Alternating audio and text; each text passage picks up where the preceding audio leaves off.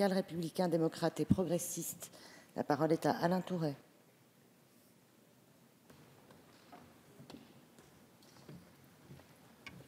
Oui, Madame la Présidente, Madame la Ministre, Monsieur le Ministre, en ce qui concerne la gestion des finances publiques et des ressources humaines, ce programme est doté donc de 232 millions d'euros en autorisations d'engagement et de 235 millions d'euros en crédits de paiement.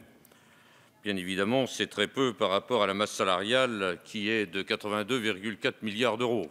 Ramenons les choses, parce qu'il faut bien les ramener. Mais cette année, on peut souligner la création d'une nouvelle action au sein du programme Fonction publique dédiée à l'apprentissage, dotée de 30 millions d'euros. C'est une innovation qui conduit à une progression de 15% sur l'ensemble des crédits de programme par rapport à l'an passé.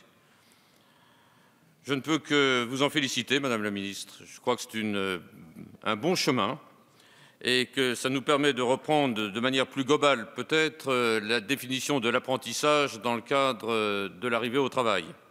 Mais enfin, envisager d'arriver ainsi avec un objectif ambitieux de 10 000 apprentis au sein de la fonction publique, alors que jusqu'ici elle n'en compte que 700, c'est une excellente chose. Je soutiens activement cette démarche car l'apprentissage est l'un des meilleurs moyens de développer l'emploi des jeunes de 16 à 25 ans. Je souhaite d'ailleurs réitérer une proposition que je vous avais déjà formulée et dont je vous ai saisi lors de notre passage en commission. Il s'agit de prendre en compte l'ancienneté résultant des services faits en tant qu'apprenti dans la fonction publique pour accéder aux concours internes notamment. C'est à mon avis une solution intéressante que j'avais proposée. J'ai été malheureusement retoqué à cause de l'article 40 de la Constitution et je souhaiterais avoir un engagement de votre part, Madame la Ministre, dans le cadre de la navette pour savoir si le gouvernement reprend ma proposition à son compte. Au-delà de cette question particulière, je voudrais soulever devant vous le problème du cumul d'activités des agents publics. J'ai entendu ce que vous m'aviez indiqué, Madame la Ministre, mais je voudrais avoir un engagement de votre part en ce qui concerne les données que l'administration nous doit pour évaluer le phénomène du cumul d'activités au sein des 3 fonctions publiques. Vous savez que ces problèmes de données, c'est essentiel et on ne peut rien faire. Actuellement, les fantasmes les plus importants, et vous l'aviez souligné, courent sur l'absentéisme dans la fonction publique. Pourquoi cela? Parce que depuis 15 ans, depuis le rapport Rocher globalement, nous n'avons rien.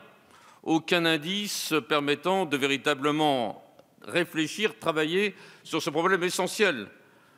Il faut absolument savoir si oui ou non les fonctionnaires travaillent ou ne travaillent pas. Certains partent du principe qu'ils ne travaillent pas, d'autres disent c'est totalement faux, ils travaillent. Eh bien, nous avons besoin de chiffres. Il en est de même en ce qui concerne le cumul des emplois dans la fonction publique. Et pour cela, Madame la Ministre, il faut se doter d'outils informatiques. Ça manque cruellement dans l'administration, ça manque cruellement dans votre ministère. Vous m'avez souvent répondu, j'ai des tas de missions, plus tard, bien sûr, je vous écouterai, mais je souhaiterais bien évidemment avoir un engagement solennel de votre part à ce sujet. En ce qui concerne les restrictions apportées au cumul d'activités, je pense qu'ils sont trop injustifiés et par moments disproportionnés. Je vous remercie cependant d'avoir accepté plusieurs amendements que j'avais portés afin d'exercer des activités à titre accessoire sur le régime de l'auto-entreprise. Cela me semble une très bonne chose. Et de créer ou de reprendre une entreprise pendant 2 ans renouvelables 1 an au lieu de 2 ans non renouvelables dans le projet de loi initial. Mais il s'agit finalement d'un problème de philosophie, Madame la Ministre. Est-ce qu'il ne faut pas, ce que j'ai sollicité, un changement de paradigme et considérer comme plus approprié de promouvoir le principe de la liberté pour tout fonctionnaire de cumuler plusieurs activités professionnelles, sauf si cela, bien sûr, a pour effet de porter atteinte à l'intérêt du service public, et sous réserve d'être dûment autorisé plutôt que d'interdire tout cumul par principe, sauf exception.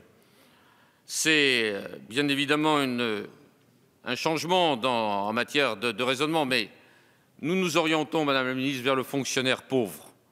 Et ça, il faut l'éviter absolument, car la notion de fonctionnaire pauvre entraîne un fonctionnaire qui n'est pas motivé, et l'absence de motivation entraîne à partir de ce moment-là un absentéisme. Il est à mon sens indispensable, à partir de là, puisque l'État est sans argent, de permettre, dans le cadre du respect, bien évidemment, des missions de service public, de permettre d'éventuellement faire autre chose que la mission de fonction publique pour laquelle on a été choisi. C'est un changement de conception, mais je ne vois pas comment on peut faire autrement. Madame la ministre, le problème de l'absentéisme est très grave. Il coupe actuellement la fonction publique de ceux qui ne sont pas dans la fonction publique. On a beaucoup de mal à expliquer que depuis 5 ans, 500 à 600 000 emplois ont été supprimés dans le privé et aucun dans la fonction publique, sans qu'il y ait obligatoirement de la part des fonctionnaires un certain nombre d'engagements qui doivent être pris sur la présence et par là même la qualité du service public. Je vous remercie. Merci pour le groupe socialiste républicain.